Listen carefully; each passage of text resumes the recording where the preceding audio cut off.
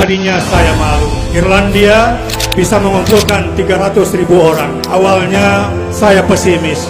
London bisa 400.000 orang. Maroko jauh lebih banyak lagi. Tapi hari ini alhamdulillah Indonesia lebih 1 juta orang. Menurut pantauan lapangan kami, hari ini lebih 1 juta manusia Indonesia. Mari kita teriakan dengan nyawa, dengan darah. Kami akan tembus engkau, wahai Aqsa. Allahu Akbar. Ingat peristiwa Khaybar, wahai Yahudi. Hari ini tentara Muhammad siap berjuang. Takbir. Mereka katanya sudah mulai masuk perang darat. Tahukah Anda apa kata Gaza? Al-yawma yaumul malhamah. Hari ini hari pesta, pesta tempur. Hidup mulia atau mati syahid. Allahu Akbar. Silakan datang dalam terang, silakan datang dalam gelap. Gaza cukup untuk jadi kuburan kita bersama. Allahu Akbar. Mengutuk keras serangan acak terhadap masyarakat sipil dan fasilitas sipil di Gaza. Kekerasan harus dihentikan, gencatan senjata harus terus diupayakan, bantuan kemanusiaan harus terus didorong dan dipercepat, diakselerasi, dan Indonesia terus melakukan komunikasi dengan banyak pihak untuk mengupayakan penyelesaian masalah ini. Indonesia akan mengirim bantuan kemanusiaan yang akan disesuaikan dengan permintaan dan kebutuhan rakyat Palestina. Dan kloter pertama akan dikirimkan minggu ini. Bantuan ini adalah gabungan bantuan dari pemerintah dan dunia usaha serta masyarakat. Saya rasa itu yang ingin saya sampaikan. Terima kasih. Wassalamualaikum warahmatullahi wabarakatuh. Indonesia mengecam keras tindak kekerasan yang terjadi di Gaza karena telah mengakibatkan penderitaan dan semakin banyaknya korban sipil, termasuk perempuan dan anak. Indonesia juga mengutuk serangan Israel terhadap rumah sakit Al-Ahli. Ini jelas pelanggaran terhadap hukum humaniter internasional.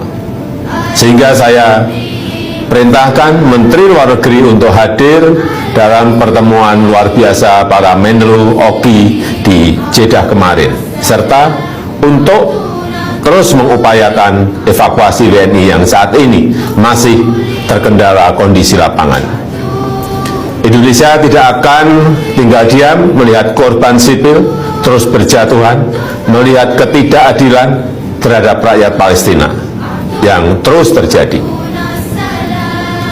Indonesia bersama-sama dengan OKI mengirimkan pesan kuat kepada dunia untuk menghentikan eskalasi, untuk menghentikan penggunaan kekerasan, untuk fokus pada masalah kemanusiaan dan menyelesaikan akar permasalahan, yaitu pendudukan Israel atas Palestina.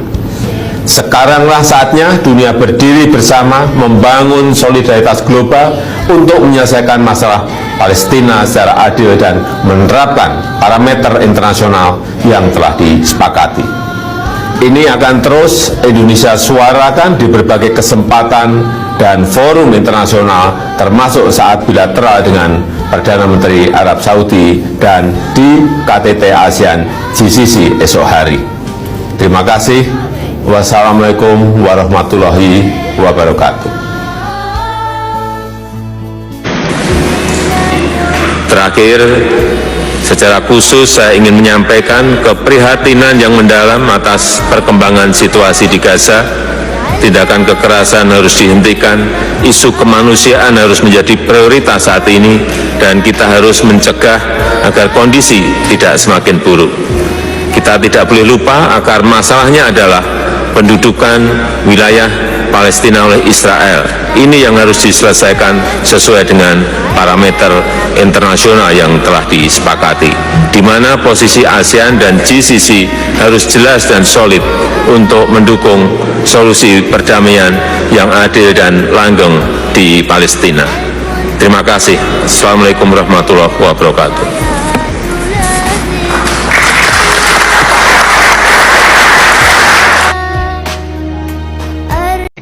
Amerika seketika panik, ini pesan PM Palestina kepada Presiden Jokowi di KTT G20.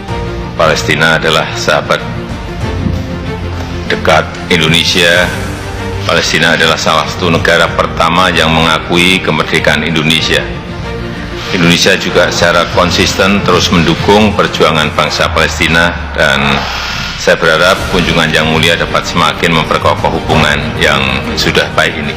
Perdana Menteri Palestina Mohammed Shtayyeh berharap Presiden RI Joko Widodo menyuarakan kemerdekaan negaranya saat memimpin KTT G20 di Bali 15-16 November mendatang. Kami berharap Indonesia bisa menyampaikan pesan dukungan kepada Palestina di forum G20. Jelas Shtayyeh, usai bertemu Jokowi di Istana Kepresidenan Bogor itu, PM Palestina menyampaikan penghargaan dan terima kasih atas dukungan rakyat Indonesia bagi kemerdekaan Palestina yang tak pernah berhenti. Ia juga mengapresiasi dukungan pemerintah Jokowi untuk menjadi anggota tetap PBB. Kami menyatakan terima kasih yang tinggi kepada Yang Mulia atas dukungan Indonesia bagi kemerdekaan Palestina yang tak pernah berhenti. Ia juga mengapresiasi dukungan pemerintah Jokowi terhadap Palestina untuk menjadi anggota tetap PBB.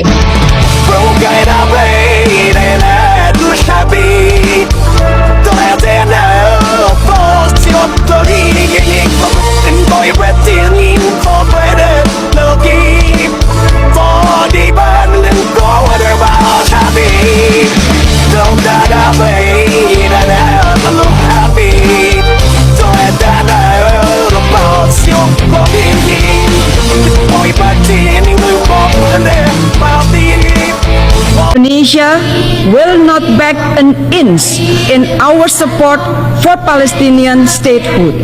I now give the floor to Her Excellency Retno Lestari Prisansari Madusi, Minister of Foreign Affairs of Indonesia.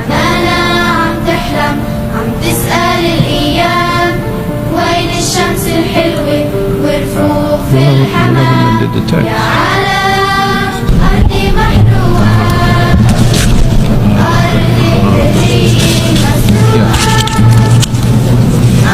Bismillahirrahmanirrahim.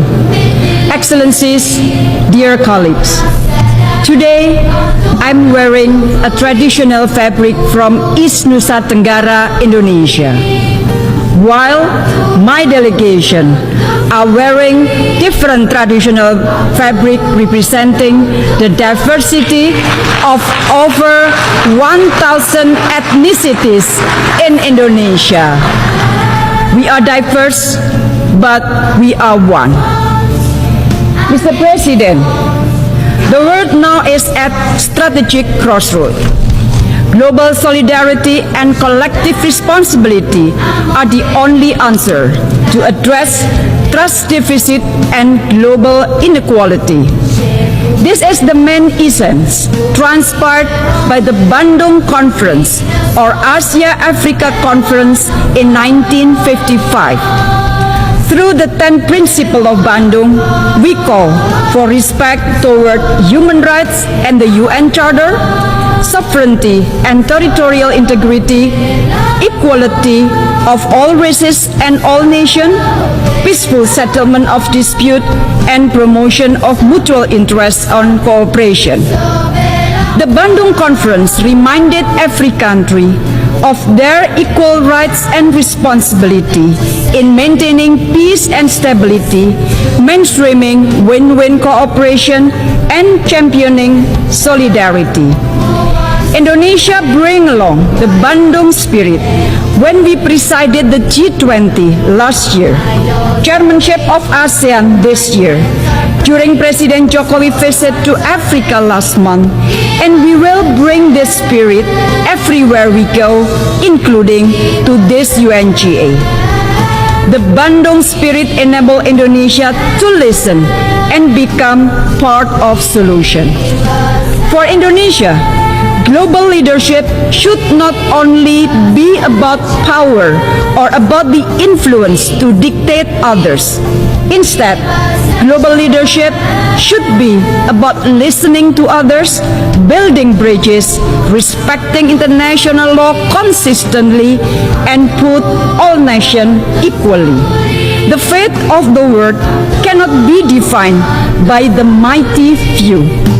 A peaceful, stable, and prosperous world is a collective right and responsibility of all countries, big and small, north and south, developed and developing. We all must do our part and work together toward this common goal. And this can only be achieved if all of us adhere to the same rules of the game. We must uphold respect for international law, particularly fundamental principle of sovereignty and territorial integrity. This will ensure that disputes will be settled on the negotiating table rather than at the battlefield. A collective responsibility is also needed to the people of Palestine and Afghanistan. For far too long, we have allowed our Palestinian brothers and sisters to suffer. Indonesia will not back an inch in our support for Palestinian statehood. In Afghanistan, Indonesia will do its utmost to help the Afghan people and ensure the right of women and girls are respected, including their right to education. As the ASEAN chair this year, Indonesia had to navigate ASEAN through such geopolitical dynamics in the region. ASEAN has already managed to do this for the last 5 decades. We send a clear message that we will not let our region to be a pawn of rivalries. Instead, Southeast Asia must be an epicentrum of growth where all countries can benefit meaningfully. Inclusivity will forever be the pillar of our region's architecture building. It is sufficient to say we managed to pull through. ASEAN have maintained its unity and established a long-term vision for ASEAN 2045. ASEAN have reinforced its centrality in strengthening regional resilience and preparing for economy of the future. ASEAN have initiated closer partnership with the Pacific Island Forum and the Indian Ocean Rim Association for a stable and peaceful Indo-Pacific. We translated the ASEAN outlook on the Indo-Pacific into concrete and inclusive cooperation. On Myanmar, implementation of the 5 points of consensus remains the main reference. ASEAN continues to urge the military junta to implement it. ASEAN will spare no effort to ensure the people of Myanmar are not left alone. Saat ini saya berada di New York City menghadiri debat terbuka Dewan Keamanan PBB yang membahas situasi di Gaza. Saya diundang oleh Presiden Dewan Keamanan PBB, Menteri Luar Negeri Brasil. Hadir pula sejumlah Menteri Luar Negeri antara lain Menteri Luar Negeri Amerika Serikat, Prancis, Malta, Aljazair, Belanda, Arab Saudi, Yordania, Mesir, Afrika Selatan, Brazil, Palestina, Jerman, dan lain-lain. Di dalam pertemuan Dewan Keamanan PBB, saya mengingatkan tugas Dewan Keamanan PBB yaitu memelihara perdamaian dan keamanan, bukan memperpanjang perang atau bahkan memberikan dukungan bagi salah satu pihak untuk melanjutkan perang. Indonesia menyampaikan kembali kutukan terhadap serangan terhadap warga sipil di Gaza. Kejahatan terhadap kemanusiaan terus terjadi pada saat pertemuan Dewan Keamanan PBB berlangsung. Indonesia terus melakukan upaya dengan berbagai pihak, antara lain melalui ASEAN, OKI, ASEAN GCC, dan D8 untuk mendapatkan dukungan bagi penghentian kekerasan dan fokus pada penanganan masalah kemanusiaan. 3 hal yang diminta Indonesia kepada Dewan Keamanan PBB di dalam pertemuan hari ini di Markas Besar PBB, yaitu pertama, pentingnya kesatuan untuk terciptanya gencatan senjata. Saya tekankan menjadi tanggung jawab bersama untuk segera menghentikan kekerasan sebelum kemudian meningkat menjadi bencana bagi kawasan dan dunia. Yang kedua, pentingnya memprioritaskan akses kemanusiaan.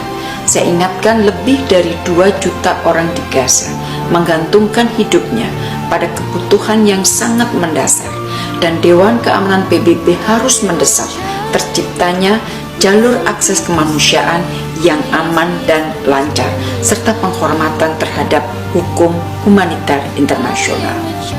Hal ketiga, kembalikan rasa kemanusiaan ke dalam kerja Dewan Keamanan PBB. Indonesia mendesak Dewan Keamanan untuk menggunakan powernya sehingga menjadi lebih manusiawi. Rakyat Palestina berhak mendapatkan hak dan perlakuan yang sama. Saya ingatkan, kita semua adalah manusia. Kita berhak untuk memiliki rumah. Oleh karena itu, Indonesia menolak pengusiran dan penggusuran bangsa Palestina. Indonesia juga mengingatkan kembali bahwa Dewan Keamanan PBB memiliki tanggung jawab untuk mengadres situasi di Gaza dan mengadres akar masalahnya dan menjamin terciptanya two-state solution. Pernyataan saya di Dewan Keamanan PBB saya tutup dengan kalimat bahwa Indonesia stands with the people of Palestine. Indonesia akan terus bersama dengan rakyat Palestina. Rekan-rekan media yang saya hormati, pernyataan Indonesia tersebut mencerminkan kekecewaan Indonesia terhadap kerja Dewan Keamanan PBB. Sampai saat ini Dewan Keamanan PBB belum dapat menghasilkan resolusi untuk menangani perkembangan di Gaza, untuk menghentikan kekerasan dan menjamin penyaluran bantuan kemanusiaan secara aman.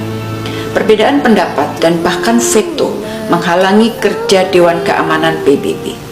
Dengan situasi seperti ini, maka Indonesia termasuk salah satu negara yang mendorong isu Palestina dibahas dalam sesi khusus darurat sidang Majelis Umum PBB yang akan bersidang pada Kamis 26 Oktober, di mana saya juga akan hadir. Rekan-rekan, di sela-sela pertemuan Dewan Keamanan PBB hari ini, saya juga melakukan pertemuan dengan sejumlah Menteri Luar Negeri, antara lain Menteri Luar Negeri Amerika Serikat, Belanda, Prancis, Jerman, Malta, Aljazair, Yordania, Mesir, dan Palestina. Terima kasih. I now give the floor to Her Excellency Ms. Retno Marsudi, Minister for Foreign Affairs of Indonesia. Bismillahirrahmanirrahim. Mr. President, I flew 21 hours from Jakarta to attend this meeting. I just want to remind the Council that you have a big responsibility to maintain peace and security, not to prolong war, not to back up any side, to continue war. Indonesia condemned the continuing unprecedented aggression against civilians by Israel in Gaza. We are seeing a humanitarian catastrophe. Crimes against humanity are happening as we speak. Are we going to stand idle? Attacking hospitals, religious places, blocking access to power, water, fuel, and displacing population of the Gaza Strip are being conducted as a collective punishment. At the same time, civilian hostages are being held, their lives are in critical danger. So I come here to ask the Council, how are you going to exercise your responsibility? When are you going to stop the war in Gaza, create ceasefire, open access to humanitarian assistance, call for immediate release of civilians, stop the illegal occupation of Israel? I have to repeat it. Stop the illegal occupation of Israel. Every second wasted due to political disagreement and failure for consensus represent a humanitarian defeat for the Palestinian and creates further instability for the world. How many more lives should perish before this August Council make a move? Because I can assure you one thing, Indonesia will not waste any single second in harnessing global support for immediate action. Through the OIC, ASEAN, the ASEAN GCC, and D8 meetings, Indonesia has pushed for a united voice to urge for the cessation of violence and focus on tackling the urgent humanitarian catastrophe. Mr. President, Indonesia calls the Council on 3 points. First, a united call for an immediate ceasefire. Silence is harrowing against deafening sound and bullets and rockets. Blanket support shown to one side has so far led to further disproportionate use of force, violation of international humanitarian law, and impunity. It is our collective obligation to end the cycle of violence before it escalates into a regional and global calamity. Second, prioritization of humanitarian access. More than 2 million people in Gaza are hanging on to their lives for basic humanitarian needs. Convoys of aid delivery are mostly being held immobilized and in constant danger from crossfire. The Security Council must urge immediately for safe and unimpeded passage of humanitarian access and respect toward humanitarian law. Third, move beyond politics. Bring back humanity to the Security Council. Please use your great power to be more human. The Palestinians deserve equal rights and treatments. We are all human beings. We all deserve to have a home. We must reject the displacement of Palestinians. We must not let the 1948 tragedy reoccur. The Security Council holds great power, and with great power comes great responsibility to address the current situation in Gaza, to address the root cause and ensure a path to state solution. Indonesia stands with the people of Palestine. I thank you, Mr. President. In 11 days, Israel killed more than 3,000 Palestinians, including 1,000 children, and injured many more, half of them women and children, by airstrikes directly hitting their homes. Israel has not spared a single Palestinian family in Gaza. Those who were not killed are injured. Those who are not injured are displaced. And those had found a safe haven in Al-Ahli hospital was massacred. Does this make Israel feel more secure now? Does this fulfill the need for unconditional support to Israel?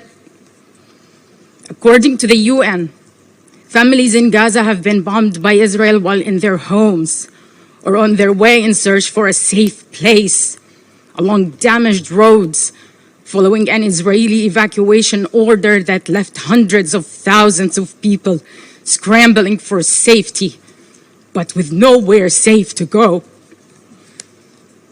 Israel resorted to unlawful collective punishment as a method of war, intentionally cutting fuel, water, and electricity of Gaza, and blocking the entry of humanitarian aid.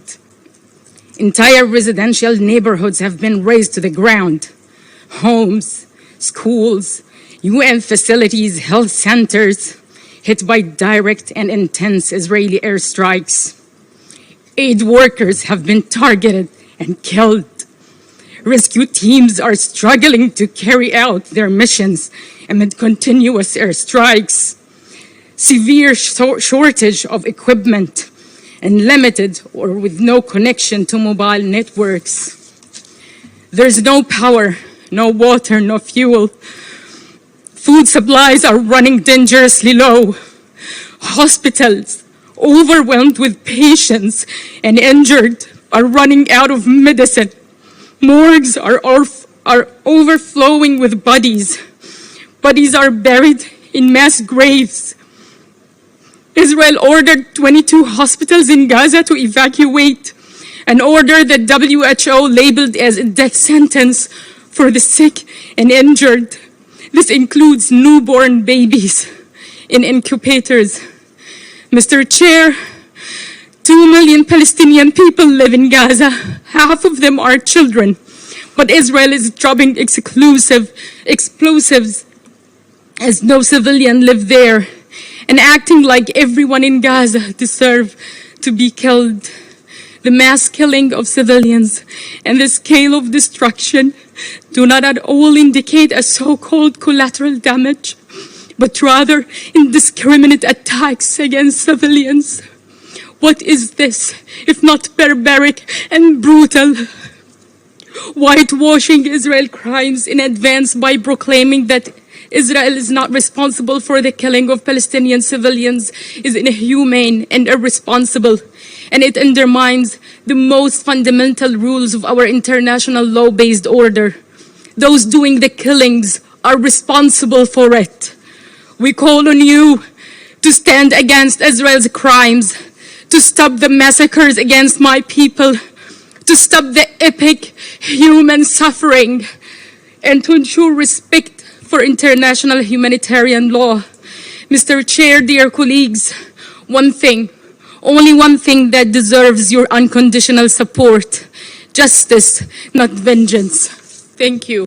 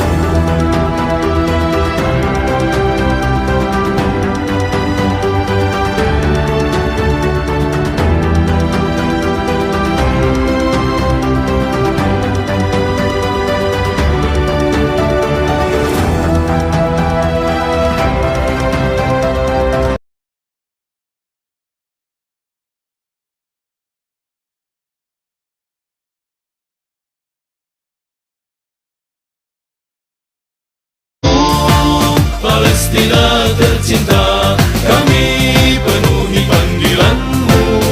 Untukmu, Al-Aqsa yang mulia, kami kan